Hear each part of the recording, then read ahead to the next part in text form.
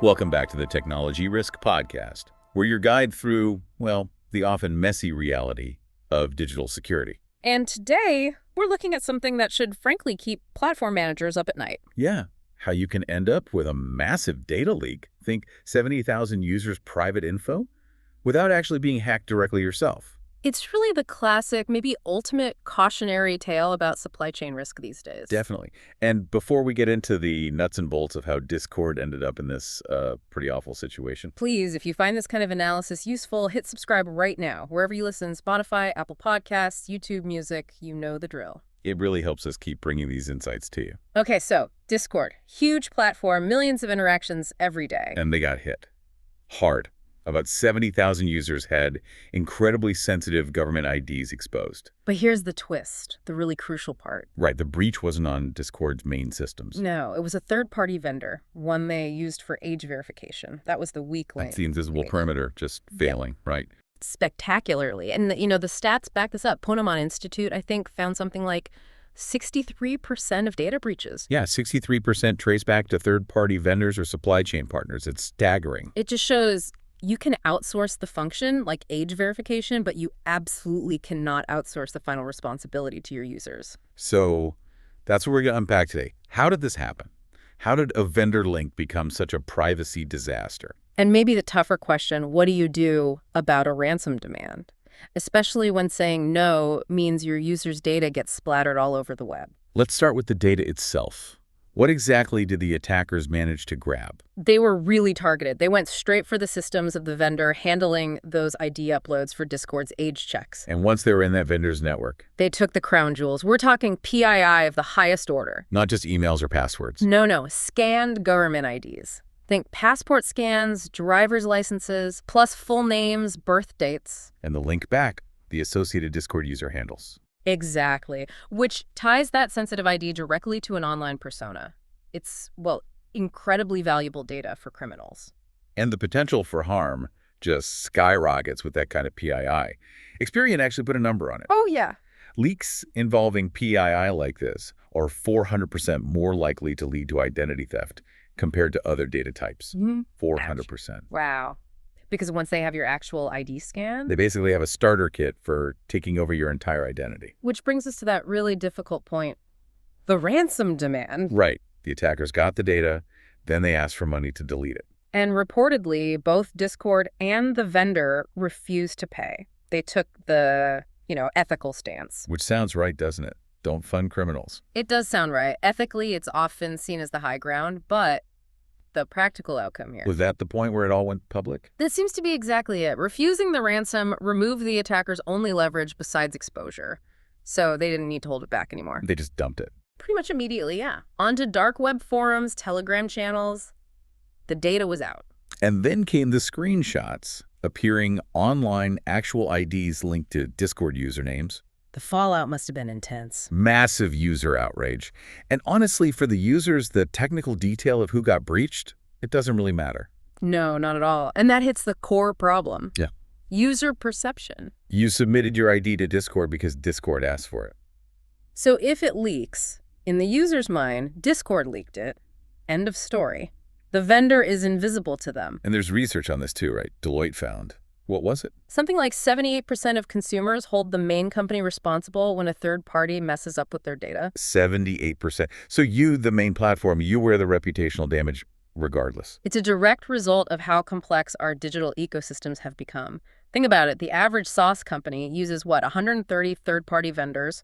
That's RiskRecon's number. 130 potential entry points, often added quickly, maybe with a super deep checks. Or, without clear visibility into their security posture, each integration just widens your attack surface. We saw a similar ripple effect with the Okta breach back in 2023, didn't we? Exactly. That also started with an external partner, a vendor. But the trust hit. It landed squarely on Okta. The public doesn't really separate those liabilities. Your vendor ecosystem is effectively part of your security perimeter, whether you like it or not. Which loops back to the whole ransom issue and regulations. Right. Even if you take the ethical route, refuse the ransom, and the data gets exposed, You're still potentially liable if you didn't do enough to protect it in the first place. Regulators, like under GDPR, they expect due diligence. They want to see that you properly vetted that vendor. You can't just say, oh, the vendor got hacked, not our fault. You have to prove you took reasonable steps. And if you can't show that, then the fines come knocking. There's data from EY suggesting 41% of regulatory fines for breaches are actually linked to poor vendor management. 41%. So it's not about where the breach started. It's about whether you managed the risk properly beforehand. Did you check their audits, their control? Precisely. They're looking at your processes, your oversight. And then, to add insult to injury in the Discord case, there was the communication issue. The transparency failure. Yeah, the initial delay or perceived delay in acknowledging the vendor breach. It just fanned the flames online. When trust is already damaged by the leak itself, going silent is maybe the worst thing you can do. People assume you're hiding something or you don't know what's going on. Clear, fast communication is absolutely critical. Okay, so third-party risk is huge. It's inevitable. How do companies actually get a handle on this? What are the practical steps? It starts with a mindset shift. You have to treat vendors as if they're inside your network, because from a risk standpoint, they essentially are. So step one has to be vetting, really rigorous vetting. Non-negotiable. Before you even think about integrating, you need proof of their security posture. Things like SOC 2 Type 2 reports. Which show their controls are actually working over time. Exactly. Or ISO 27001 certification, proving they meet international standards. You need that baseline assurance. And tied to that is data minimization, right? Don't give them more data than they absolutely need. Critically important and often missed, practice least data sharing. If they only need, say, a confirmation of age, why are they getting full passport scans? Right. If they don't have the super sensitive data, it can't leak from them. It limits the blast radius if something goes wrong.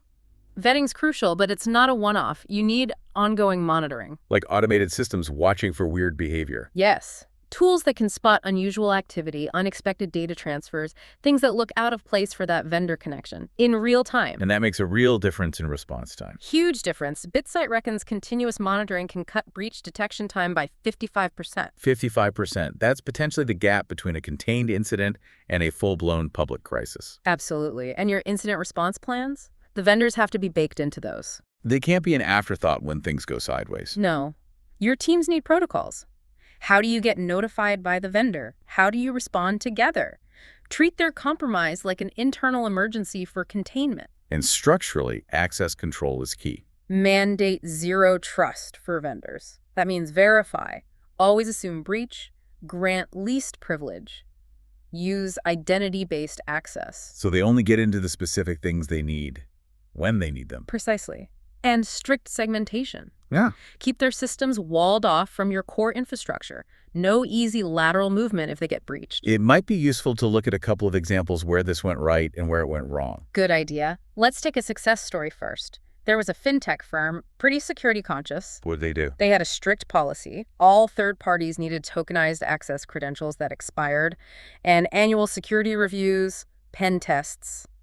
Mandatory. Okay, so continuous verification. Right. And when one of their less critical vendors did get hit by attackers, What happened? the attackers couldn't get anywhere else. The tokens they might have grabbed were expired, or the network segmentation just blocked them completely. They couldn't pivot into the main fintech systems. So the controls worked exactly as designed. Segmentation and auditing paid off. Exactly. Now contrast that with a failure, a healthcare platform. Oh boy. Yeah. Healthcare data is always high stakes. Extremely. This platform was rushing to market trying to speed up onboarding. They integrated an AI vendor for identity checks. Without fully vetting them first. Seems like it. Speed trumps security scrutiny. And the outcome? Predictably disastrous. The AI vendor got breached. Millions of patient records exposed. HIPAA fines, lawsuits. Massive ones. And the trust from patients, gone, just evaporated. The lesson there is painfully clear. Vendor speed can't compromise vendor security checks. Ever. So, looking ahead, assuming breaches will happen sometimes despite best efforts, what about containment tools? One concept gaining traction is the vendor kill switch. Explain that. What does it mean in practice? It's having the technical means to instantly shut off a vendor's access. Completely sever the connection, disable the integration the moment you detect a compromise. Like an emergency brake. Slam the digital door shut to stop data flowing out or attackers moving in. Exactly. Yeah. You need that rapid response capability. Makes sense.